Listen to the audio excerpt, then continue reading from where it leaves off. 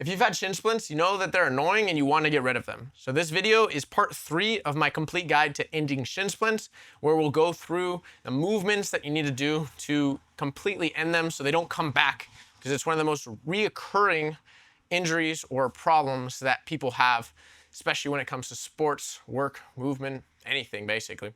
When people get shin splints, they don't seem to get rid of them. So this series is made so you can get rid of them like I have. So the 3 things we'll cover in this video is rebuilding your volume tolerance. So getting the tolerance to the amount of volume that you're going to do in your sport, at work, or whatever, so you don't have to worry about them flaring up after a long day. The second one is becoming fascially driven, which I'll describe more later. And then the third one is gaining your movement back, which is very specific to each person. I'll give you the best way that we can go about it from there when we talk about it at the end of the video. So number 1 is rebuilding volume tolerance. This is probably the easiest one to talk about on a video and give you applicable ways to start doing it. So what you want to start with is low intensity and then building volume. So what that looks like is doing pogo hops like this, doing 20 jumps, and then being done. A lot of the time I'll tell people to do 5 sets of that if they can, 2 to 5 sets of the little pogo hops, just like that, trying to give as little foot time into the ground as possible so you can start learning to rebound, to bounce. This applies into part 2 or section 2. But we want to bounce, we want to get that back into the body of how it feels to rebound. Now you start building that up, you can even build to where you're going for 2 minutes straight. Can you bounce for 2 minutes straight?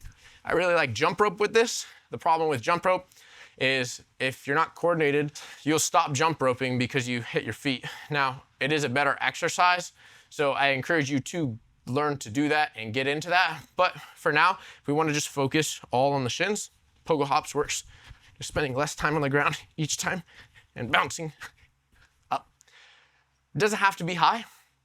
That's where you get into the second section of this volume tolerance rebuild, is going to intensity and then building up more and more intensity. So we want to be able to explode and take that impact. So if that's jumping as high as you can and then landing, I actually just sprained my ankle, and I can kind of feel that's actually why this video is taking longer to create, because I need to show you guys stuff and the ankle had to be rebuilt. So if you watch back on that, my left ankle shakes a little bit when it lands. It's because it's still rebuilding. But building that intensity back, so all 4 plants, that's left, right, that's right, left, and that's single leg left and single leg right. We need to be able to jump off of all of those. You're gonna have one that's stronger, but you wanna learn to get back to those. As you get into this intensity side, we need to do it very lightly, and that can be 10 jumps on all of them and then done. I've even seen programs where it's 5 jumps on all of them and you're done. I mean, you're warming up to get that, but it's 5 intense jumps, 1 set of 5 intense jumps. You're going left, right, right, left, whatever's weakest, do that first. And then you're done. So that's the plyometric aspect of this, and you do need to get that back, especially if you're going into sport where you're going to be jumping. Because if you don't rebuild before you get to sport, you're gonna be overdoing it because you got a 90-minute game, you got a 2-hour-long practice where you're jumping and you don't have the tolerance for that. Other aspects to rebuilding volume tolerance is sledding. There'll be a video here. You want to push forward and pull backwards, and also learn to do sideways jumps and sideways sprints. All the different angles are gonna be super valuable while you're pushing through. Again, this goes with the same aspect of lighter weight, higher volume first, do 12 minutes of sled. Can you handle 12 minutes of sled? That's kind of the first side of it. And then you're going to more of the intense side. Can you put a ton of load on that sled and push as hard as you can? Basically like a football drill, but doing forward sled with a ton of weight, driving forward as fast as you can.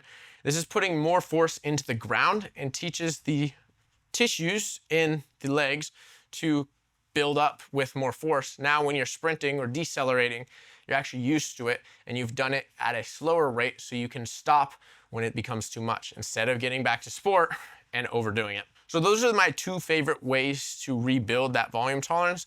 But apart from that, you need to be doing all the stuff I talk about in the other videos as well.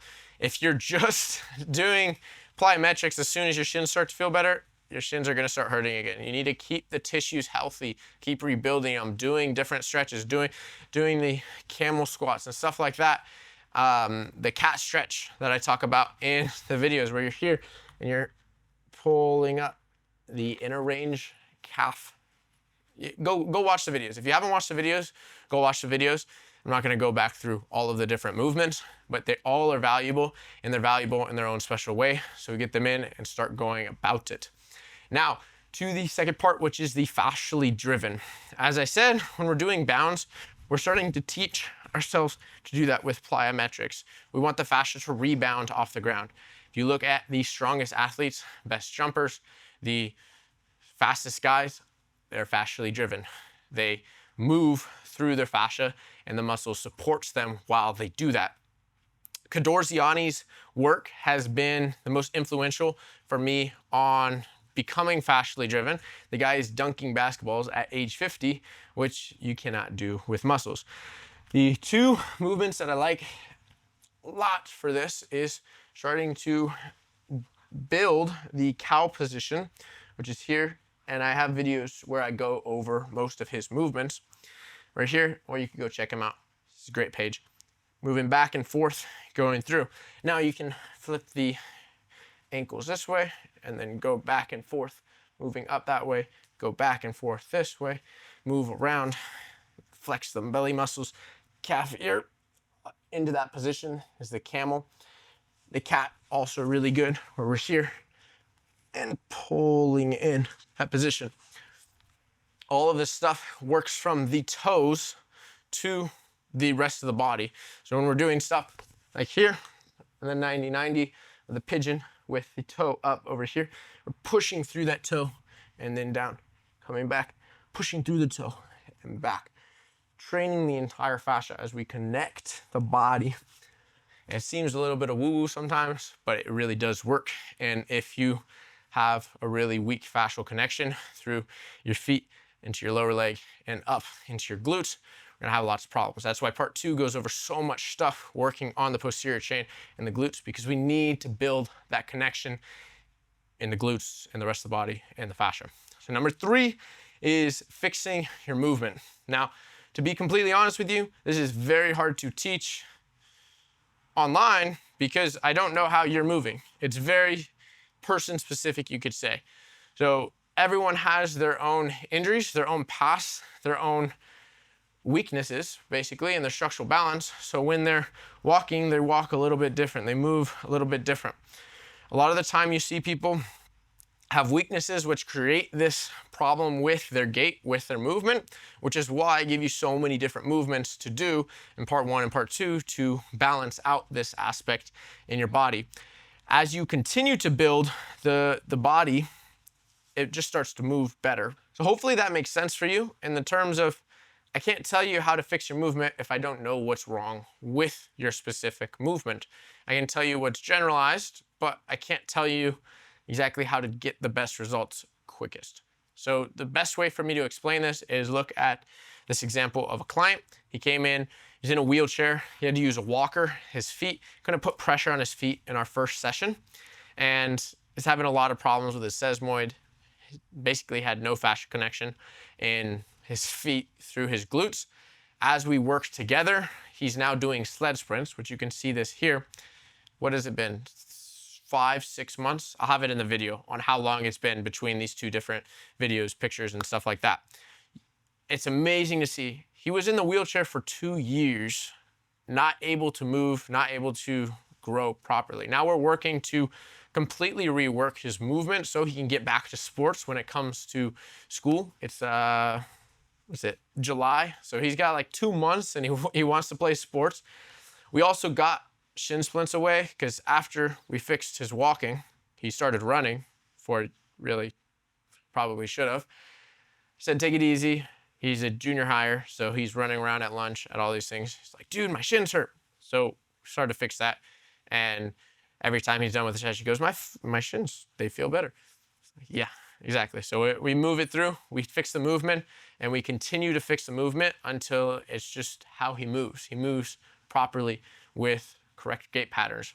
So I hope this inspires you to look into the future and be like, yeah, I don't want shin splints anymore. There's a way to get out of them, and I could start right now. So there's links in the description that can bring you to the community where I have all my shin splint videos and exercises laid out, so you don't have to go through all these different videos trying to figure out what to do, when to do it, but it lays it out for you. And then if you want even more specific coaching on your movement, how to get the best results the quickest, then reach out to me. There's a link in the description for that as well. So I hope to hear from you, or at least see you in my community, Strong and Mobile.